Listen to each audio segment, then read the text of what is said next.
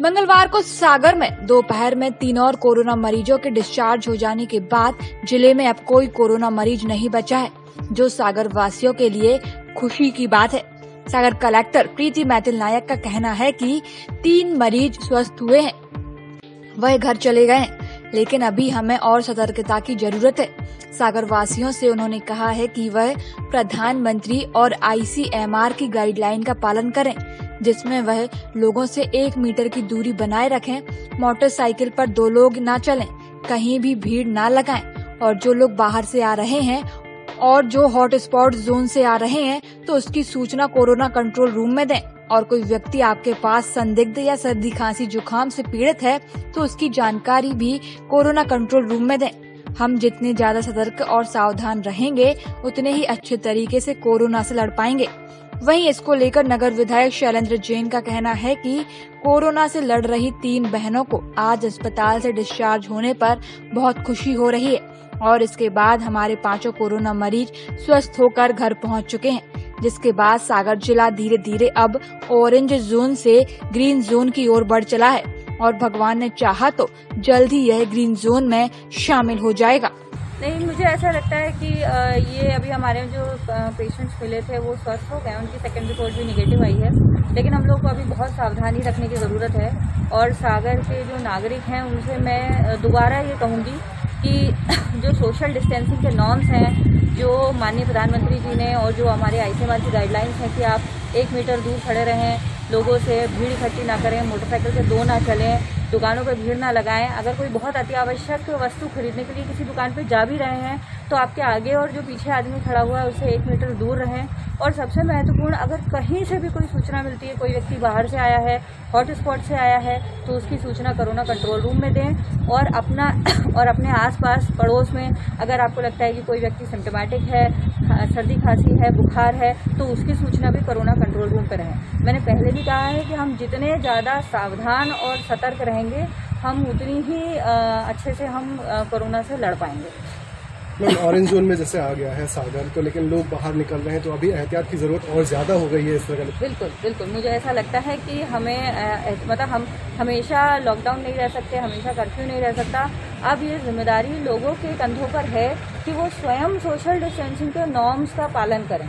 और केवल मैंने पहले भी ये बात कही है कि केवल इसलिए नियमों का पालन नहीं करें क्योंकि पुलिस ने कहा है या कलेक्टर ने आदेश किया है, बल्कि इसलिए करें क्योंकि हमको इस बीमारी से बचना है और हमको इस बीमारी से अपने शहर को भी बचाना है। मैं क्या कहूँ, मेरे अंदर जो खुशी हो रही है, आज हमने 3 बहनों को यहाँ से डिस्चार्ज कराया है मेडिकल कॉलेज से। अत्यंत प्रसन्न हूँ मैं, और इस उपलब्धि के लिए, और ये उपलब्धि जो है, जो मेरे को ज्ञात है, हिंदुस्तान में शायद ये पहला केस होगा, सागर जिला ऐसा पहला जिला होगा जहाँ पे हमने अपने 5 के 5 कोरोना पॉजिटिव मरीजों को ठीक करके उनके घर पहुँचा दिया है। और हम लोग ऑरेंज जोन से ग्रीन जोन की ओर दस्तक दे रहे हैं। भगवान ने चाहा तो बहुत जल्दी जो है सागर जिला जो है ग्रीन जोन में आ जाएगा। इस बात के लिए आज जो हम 5 पेशेंट कोरोना पॉजिटिव को हम ठीक करके उनके घर तक पहुंचा पाए हैं, इसमें हमारे BMC के जो डीन महोदय हैं और उनकी पूरी टीम, डॉक्टर पिपल से लेके डॉक्टर सुमित से लेके, जो इस काम में सतत लगे रहे हैं, सैंपल लेने से लेके उनका वायरोलॉजी टेस्टिंग की ये सारी टीम जो है बड़ी शिद्दत के साथ, बड़ी मेहनत के साथ, अपने प्राणों की परवाह न करते हुए उन्होंने ये जो काम किया है, काबिल तारीफ़ है। उनको मैं बधाई देता हूँ, मुबारकबाद देता हूँ, सागर की जनता की ओर से शुक्रिया अदा करता हूँ, और आशा करता हूँ कि सागर में इस तरह के अन्य कोई मरीज जो हैं अब ना आ पाए।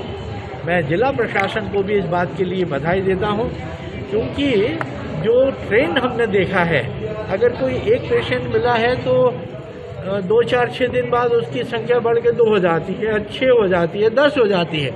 ये ट्रेंड में सागर ही एकमात्र जिला रहा है जिसने इस ट्रेंड के खिलाफ चले। मेरे पास पहला पेशेंट आया, एक लंबे समय तक सेकंड पेशेंट नहीं आया, सेकेंड पेशेंट जब आया तो सेकेंड के साथ 3 पेशेंट और आए, क्योंकि उनकी बहनें और माँ थी।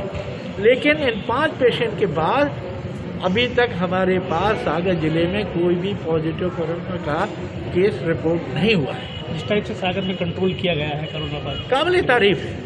मैं कलेक्टर मैडम को, एसपी सर को और जितने भी हमारे, मैं विशेष रूप से नगर निगम आयुक्त का धन्यवाद करता हूँ।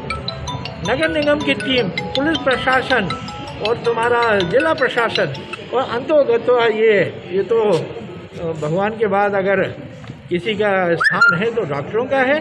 पूरा उन्होंने जीवन दांव पे लगा के और सागर जिले को संक्रमण मुक्त करने की दिशा में जो कारगर कदम उठाए हैं उनको मैं सलाम करता हूं, बधाई देता हूं, शुक्रिया। भाई सागर की जनता की जिम्मेदारी है, लेकिन ऑरेंज जोन होने के बाद हम देख रहे हैं कि भीड़ बढ़ती जा रही है मार्केट में, तो उनको कोई मैसेज देना चाहेंगे इस तरह की लापरवाही पेशेंट जो ना रखें? तो उनकी सागर की जनता ने अभी तक बड़ा संयम रखा है, लेकिन कुछ स्थानों पे ये देखने में आया है कि सोशल डिस्टेंसिंग का पालन नहीं हो रहा है और लोग जो है ऊबने लग गए हैं। उनसे ज़रूर मैं कहना चाहता हूँ कि अभी हमारी लड़ाई जो है कोरोना के खिलाफ पूरी नहीं हुई है। अभी हमें उसके खिलाफ पूरी शिद्दत के साथ लड़ाई जारी रखनी होगी।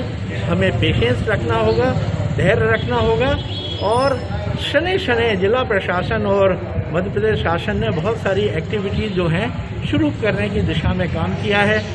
बीड़ी मजदूरों के लिए एक्टिविटी शुरू हो गई हैं।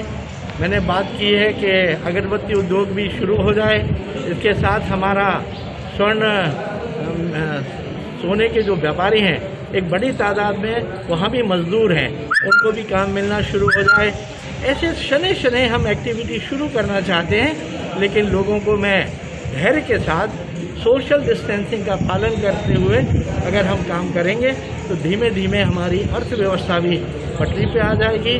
जो बाहर से हमारे मजदूर आ रहे हैं उनकी स्क्रीनिंग करना और उनकी टेस्टिंग करना एक बहुत बड़ा जॉब है। अभी अगर हमने अपने मजदूर भाइयों को जो बाहर से आ रहे हैं, महाराष्ट्र से आ रहे हैं, यूपी से आ रहे हैं, कई अन्य स्थानों से आ रहे हैं, अगर उनकी प्रॉपर स्क्रीनिंग करके और उनको भी ठीक करने की दिशा में काम किया तो वो हमारी बहुत बड़ी सफलता होगी। इसके लिए सागर की जनता का धैर्य और सागर की जनता का सहयोग दोनों नितांत आवश्यक है। मुझे उम्मीद है कि सागर की जनता हमारी और प्रशासन की भावनाओं को समझेगी। एक विषय ज़रूर इम्पोर्टेंट है, जो बच्चे विद्यार्थी इंदौर में, भोपाल में, पुणे में, बॉम्बे में इन जगहों पे रुके हुए हैं, उनके लिए ज़रूर मैंने जिला प्रशासन से अभी बात की है, आग्रह किया है कि अगर हम मज़दूरों को ला सकते हैं तो मज़दूरों के मुकाबले विद्यार्थी ज़्यादा सेंसिबल हैं और अगर हम उनको लाने की व्यवस्था करते हैं तो उसमें जो खतरे का प्रतिशत है वो थोड़ा सा कम है। तो मज़दूर भाइयों के साथ साथ हम अपने विद्यार्थियों को भी घर लेके आएँ, क्योंकि उनके माँ बाप भी डेढ़ माह से उनका इंतज़ार कर रहे हैं। उस दिशा में जिला प्रशासन ज़रूर निर्णय करेगी, ऐसी मेरी मान्यता है, ऐसी मेरी